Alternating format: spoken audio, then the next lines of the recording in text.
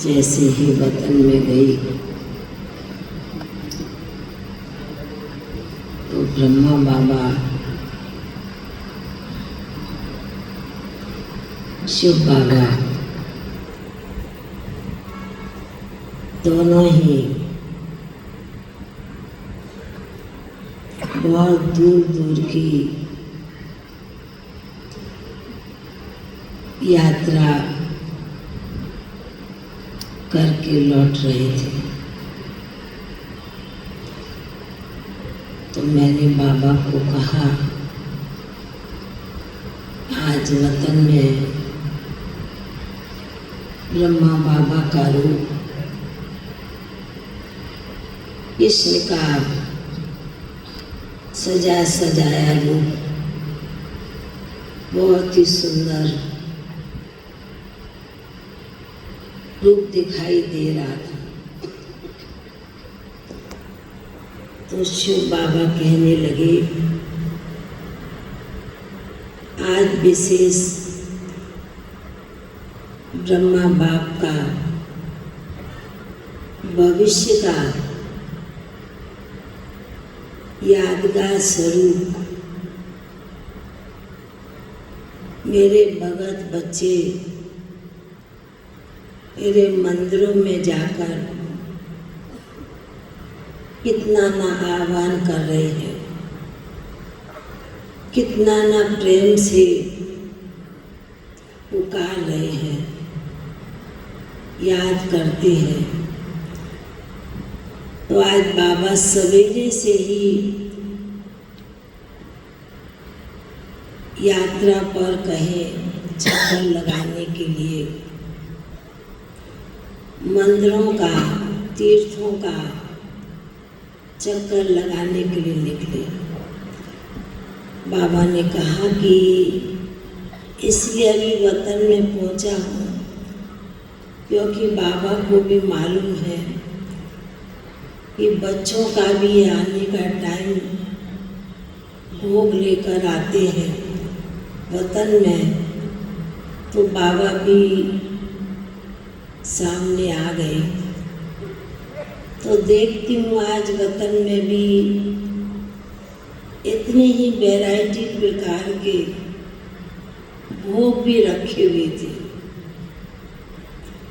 बाबा कहने लगे कि देखो बच्चे, आज के दिन बाबा भक्ति का भी दृश्य देख के आ रहे हैं कि मेरे भगत बच्चे कितना ना प्यार से मेरे लिए, ब्रह्मा बाबा कह रहे कृष्ण के रूप में, मेरे लिए कितने ना व्यंजन सुंदर सुंदर बना रहे हैं। और एक तरफ एक भोग की थालियाँ रखी। तो बाबा ने कहा कि बाबा के घर, बाबा के सेंटर्स के बच्चे भी कितना ना प्यार से बाबा को आज कृष्ण के रूप में, ब्रह्मा बाप को भी और शिव बाप को भी भोग स्वीकार कराएंगे। फिर बाबा ने एकदम से जैसे कि रास मंडल भक्ति का दिखाया पहले कि बच्ची देखना, आज के दिन मेरे भगत बच्चे उपवास भी करेंगे, साथ में रास भी करेंगे और अपने मस्ती में, अपने धुन में खो भी जाएंगे कृष्ण को पाने के लिए। विशेष आज कृष्ण जन्माष्टमी, तो कृष्ण को पाने के लिए आज शिव बाबा को भूल जाएंगे।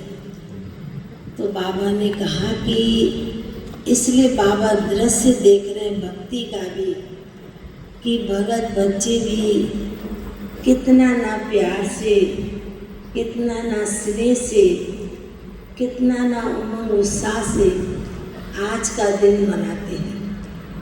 बाबा ने कहा बच्ची आज क्या करेंगे?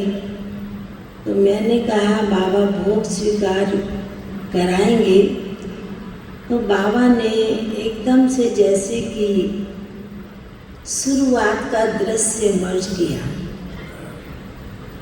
जो शुरू में संदेशियाँ जाती थी वतन में बाबा के पास फूल लेकर, तो बाबा ने जैसे कि एक तरफ दुनिया का रासमंडल और दूसरी तरफ बाबा ने एक दैवी परिवार का, दैवी घराने का रासमंडल तैयार किया। बाबा ने कहा कि आप बच्चे नई दुनिया में, देवी देवताओं की दुनिया में, कृष्ण की दुनिया में जाने वाले हो।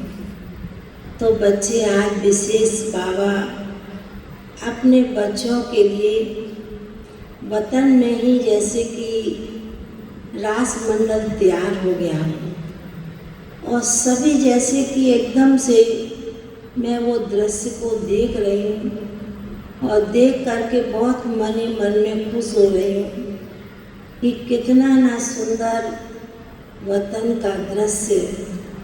और बाबा भी जैसे कि कृष्ण के रूप में ब्रह्मा बाबा थे और शिव बाबा साथ में साक्षी होकर के देख रहे हैं। तो बाबा ने कहा कि आप बच्चों को सत्युग में तो रास करेंगे ही,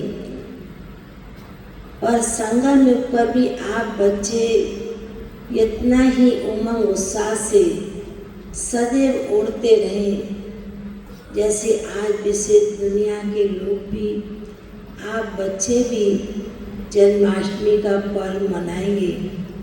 तो ऐसे लग रहा था कि वतन में आज बाबा ने सभी को इमर्ज किया और जैसे कि एक बहुत बड़ा रासमंडल तैयार हो गया हो।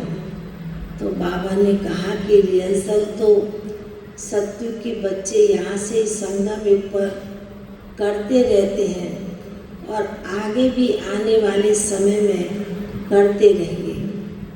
फिर तो आज बाबा के सामने इतनी सुंदर सुंदर थालियाँ सजी हुई थी। तो बाबा ने कहा कि आज तो कृष्ण को ही विशेष इमर्ज करके बाबा ने वतन में ब्रह्मा बाबा को उसी रूप में बिठाया है। तो बाबा पहले खुद स्वीकार करेंगे, फिर कृष्ण के रूप में बाबा उनको स्वीकार कराते हैं।